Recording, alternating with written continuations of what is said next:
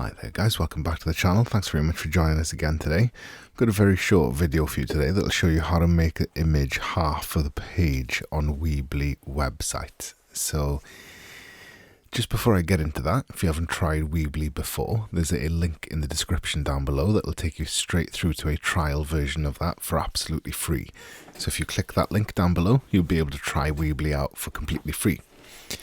So as you can see, I've got an image in front of me here, which I've just brought in from the image element. I've just clicked and dragged that onto the screen there.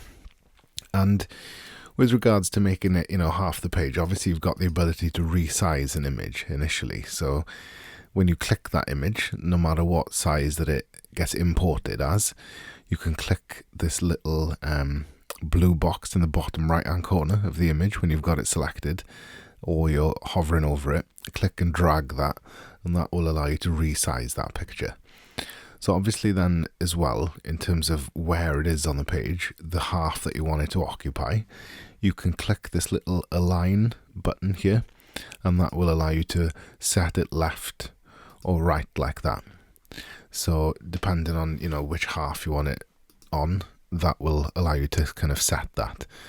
The spacing then, if you want to kind of move it up or down or left or right a little bit, and sort of modify the position slightly in terms of the section that it's within, you can do so as well right there. So you can, slide the image along left or right, as well with those margins like that. So you can have finite movements.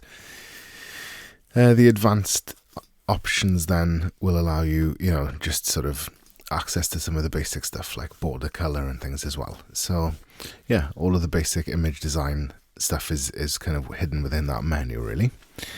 That concludes the tutorial. So if you want to use Weebly now, then you can click that link in the description down below. If you've enjoyed the video and you want to see more content of that nature, give us a like and subscribe to the channel. And if you've got any suggestions for future videos or any questions or comments or anything like that, leave them down below. Thank you very much.